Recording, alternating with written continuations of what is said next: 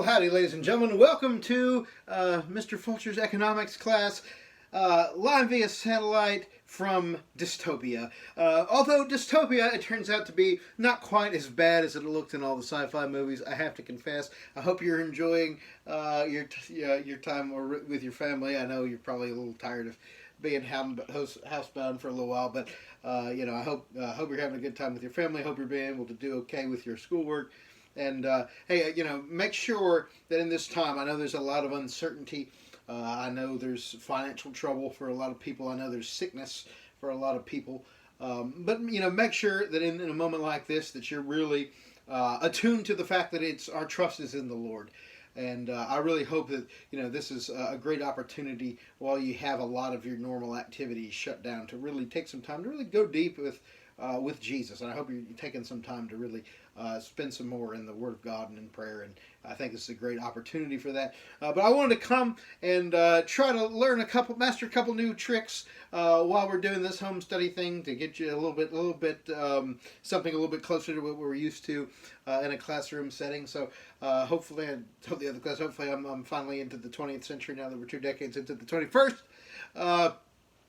But anyway, so I'm going to make a few videos, kind of give us some lessons as we go along here, just kind of making sure that you get the main point. I know you're reading this stuff in the textbook and answering questions, but I want to make sure that you can kind of hear it where you can, hopefully at least catch what the real highlights are and hear us talk about those things.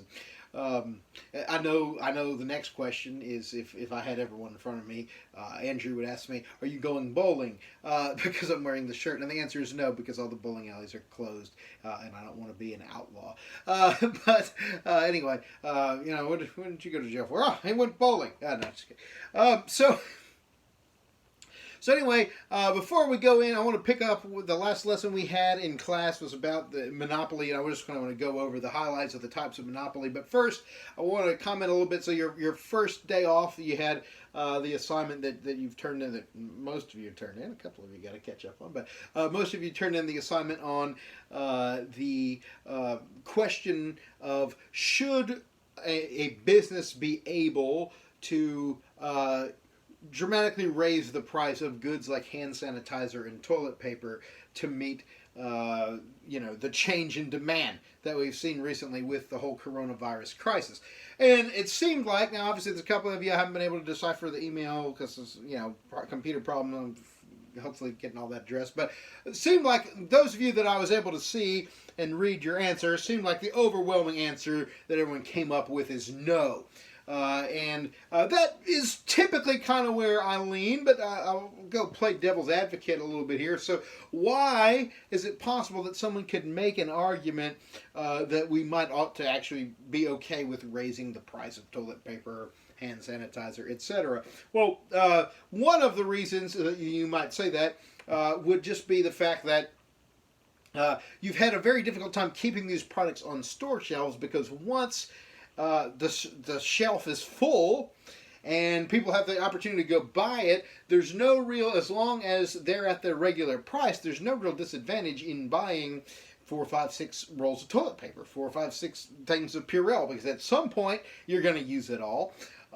So people will say, well, their regular price, why don't I? Whereas if you were able to adjust those prices up in order to meet the increasing demand, it would actually discourage the kind of hoarding that we've seen from some of the crazy folks walking around in masks and, all this kind of stuff. So there's actually a little bit of a case that a government freeze on the price of toilet paper or something like that would actually help increase the amount of shortages, because you would take away the only way right now the market is not at equilibrium on those products, right? To use those terms we've been trying to learn, right? So the demand for those goods is beyond what the supply appears to be, which is why it's just virtually impossible to find a roll of toilet paper right now. And now it's getting to be food too. Like I've scoured the world for a pound of hamburger, and there's not much. I've got literally the last pound of hamburger that's on the shelf at Walmart a week ago, and haven't been able to find another one since. So you've got a lot of shortages right now, and of course, because of the change in demand, there's going to be a lot of these guys a lot of these things are fairly elastic. So you've got bread manufacturers and people like that are probably trying to step up production, I'm sure, to keep up, because people want bread in a way that they haven't wanted bread in a long time. Joe's in no danger of starving because there's chips everywhere. I don't know what that's about. I'd figure more people would be eating chips since they don't go bad if you don't open the bag. But anyway, for whatever reason, they're everywhere, but bread has disappeared. So you'll be safe, Joe. We know at least one of us will be fine if the apocalypse starts to come. But anyway, for whatever reason, the market's not at equilibrium because there's this demand, and some of this is because, remember, we talked about one of the things that causes a change in demand is consumer expectation. I've been buying things myself that I didn't really need just yet, but I thought they might not be there in a week if I need them because other people are panic buying, and it kind of forces you to play along to a certain extent. So that's the argument. On the other hand, I think most of you are right. Your fundamental moral intuition, which is that you shouldn't take this as an opportunity to take advantage of people, was correct, because there certainly are people who've done that. There was this one idiot who was in a story in the New York Times, and he was actually had the unmitigated gall to kind of make it a sob story. And this fool literally drove. He was from Tennessee, drove all through several counties, all throughout the state, bought up. You went into every dollar store, bought them all out of hand sanitizer. This is like a week or two before it really hit epidemic level over here. Winds up getting like 17,000 bottles of hand sanitizer, was selling them on Amazon and eBay for like $8-10 a piece after he paid $2-3 for them in the store. Both Amazon and eBay shut him down. Now he's sitting on 17,000 things of hand sanitizer he can't sell, because they don't want to let him to sell it in encourage more of that behavior. And you obviously, if you're a business, you don't want to be that guy, right? You don't want to. You want to be someone that has a reputation of not being all about money, wanting to serve your community and that kind of thing. So it would behoove you as a business to have some integrity and some selflessness in how you price some of these things, even if you could raise it up. But you also, I think you might overreact if you literally put a government freeze on like the price of hand sanitizer or something, because then you wind up maybe creating the shortages. But nonetheless, you don't want to be that guy, right? So should it be legal to adjust the price? You probably should. If I was a business, would I be adjusting the price right now? I think I would feel really bad about that. I don't think I could make myself do it too much. So anyway, so that was your essay. I wish we could talk about this in class and have people bouncing forth off of each other, but such is life. But anyway, so finishing up kind of the last lesson we looked at on the ways that a monopoly occurs. Of course, we talked about a monopoly is basically a business that has a corner on a market to where they basically are able to set the price. They don't have any real competition in the market, which enables them to kind of set the price kind of whatever they want it to be. And of course, we talked about probably the greatest example of a functioning monopoly in the modern world is probably the De Beers diamond monopoly that really just controls the vast majority of the diamonds in the world and can flood the market or limit the market kind of as they will. So what are our types of monopolies? Well, there's several. So the first off is kind of natural monopolies, because there are some businesses that it makes sense for there to be a monopoly in a certain area, and this is largely related to the idea of economy of scale. So for instance, economy of scale, just to use your book definition, since I am doing this on YouTube, I should say this is being quoted from the Holt McDougall Economics, Concepts and Choices. So economies of scale are the situation where the average cost of production falls as the producer grows larger. So for instance, it is extraordinarily difficult to just start a power plant. It takes millions of dollars of capital investment to start a power plant. So it doesn't really make sense to have competing power plants in the same town, competing, laying two sets of wire, going through two sets of poles on the side of the road, right? So typically electricity tends to be an area where you kind of have a little bit of monopolization in a region. Like I have dominion. Some of you may have Mid Carolina or someone else. You don't really get to pick. Your power is where your power is. It's kind of a natural monopoly there, and so people are kind of at the mercy. Now, obviously, because of that situation, because state governments and so on are aware of that situation, there's a little bit more regulation about what they can and can't charge. I mean, obviously, you know, South Carolina's last former power company, SCE&G, got into a lot of trouble by kind of taking advantage of that situation in ways that weren't always kosher. So, but nonetheless, natural monopolies kind of happen when there's economy of scale situations where it really kind of doesn't make sense for there to be much in the way of competition. A second way that it can happen is a government monopoly, and a government, and I should say too about a natural monopoly. There's also, you know, if you controlled all of a certain mineral in the world, for instance, you would have a natural monopoly regardless of economy of scale, just because you would have it all. Now you may be liable to antitrust law wanting to break that up or something. I mean, that's the situation Beers has with diamonds. I remember. I'm from Central Virginia, and the kind of the next county over from where I'm at. There's a mountain that has one of the only supplies in the world of a mineral called kyanite. And the problem with the thing about kyanite is it's vital for a lot of what we do in terms of space shuttles and certain things as it relates to battery. Like there's a lot, it's actually a very important mineral. There's only a couple stockpiles of it in the whole world. One of them just happens to be, you know, in the county next door to my hometown. And so, you know, obviously the people that happened to find that on their land became extraordinarily rich. So, you know, kind of a natural monopoly is something that just kind of happens on as a consequence of having the entirety of a natural resource at your possession, or because there's an economy of scale that is kind of a semi-enforced thing that it doesn't really make sense for there to be competitors. Then you have government-imposed monopolies is another way that it happens. You know, in communist countries, almost all of this is government-imposed monopoly. You know, unless they've gone the Chinese route of trying to add, you know, elements of market economy. But, you know, full-on communist governments are going to be government monopoly on everything. But we have some areas where the government has a monopoly here as well. So the main one is the United States Postal Service, which somehow has a government monopoly and still finds a way to lose money. That's almost incomprehensible. But there are certain things that you can send through the Postal Service that you're not legally allowed. I mean, you basically have, you know, obviously there's FedEx and UPS and things for package delivery or emergency things, but just sending a letter in the mail, you have to go through the post office. And so the post office is a great example of a legal monopoly. Then you have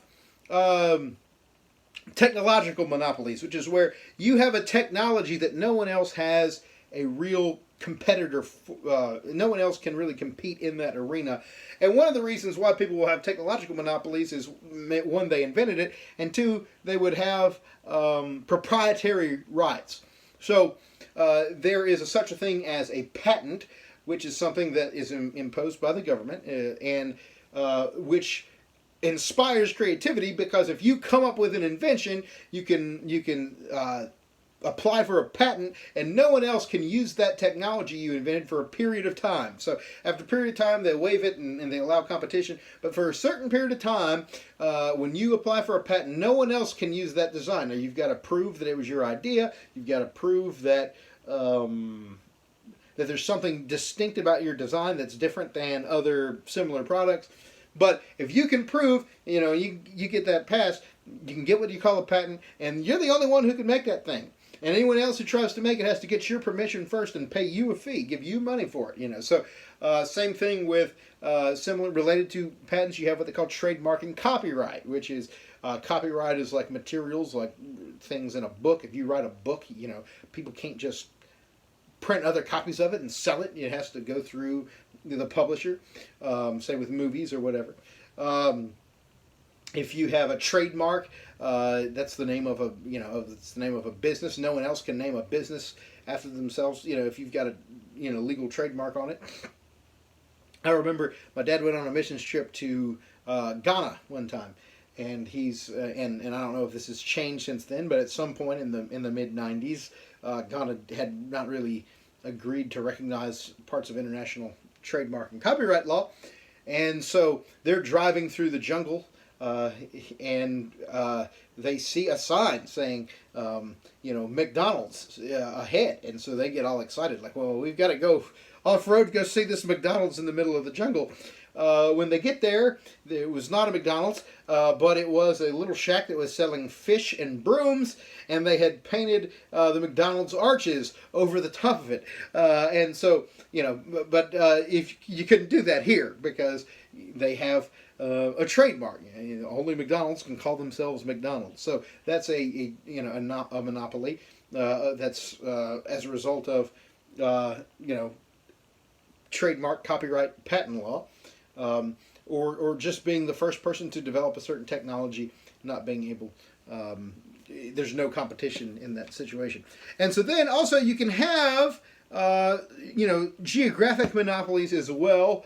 Your textbook uses the example of professional sports, how a lot of times a professional sports team will have a monopoly in a region because there's no, that pro sports is kind of a field where the major leagues are so insulated from competition, it's very hard to actually raise up a real competitor to them. So therefore, there's no way another baseball team is going to come into Boston and functionally compete with the Red Sox, right, or what have you. So you have something of a natural monopoly inside of geographic areas. Of course, one area where monopolies can be a little controversial is in the issue of drugs, which, as in pharmaceuticals, which is, of course, an important deal right now, as we're in the midst of everyone's frantically trying to crack the coronavirus code and so forth. Typically, you notice, you can get, generic versions of, name your drug, Tylenol, Advil, whatever you want it to be. You can get a generic version of the exact same thing that does the exact same thing. It's the same technology. It's the same exact chemical makeup for a lot less if you just get the generic brand. But you notice that people tend to naturally call it Tylenol. They tend to use these original brand names. And the reason is that the pharmaceutical industry, typically when they come out with a new drug, are given a certain period of time where they control and monopolize that through the patent system.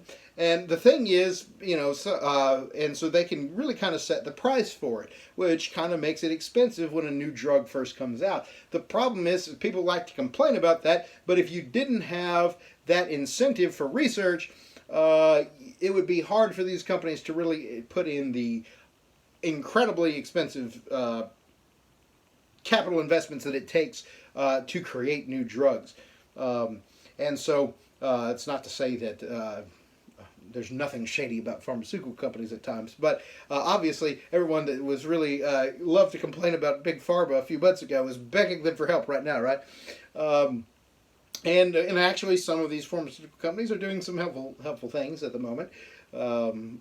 Although I'm sure we'll probably hear some scandals after the fact as well, and that's the way these things go. But ultimately, the reason they're willing to sink the money into research and development that it takes to actually bring a new drug to market, which is a pretty expensive thing to do, is because they know they're going to have that kind of temporary monopoly where they don't have any competition, and that's gonna, they're going to really try to make a lot of that money up front, and that's not great when you're sick. But on the other hand, someone's got to make it, and so if you took that away, you probably have less research and development. So it's kind of a sticky situation, but it's kind of the way the world works, for better or for worse. So anyway, that's it for this video. I'll be back in a little while with another one, so y'all have yourselves a good day.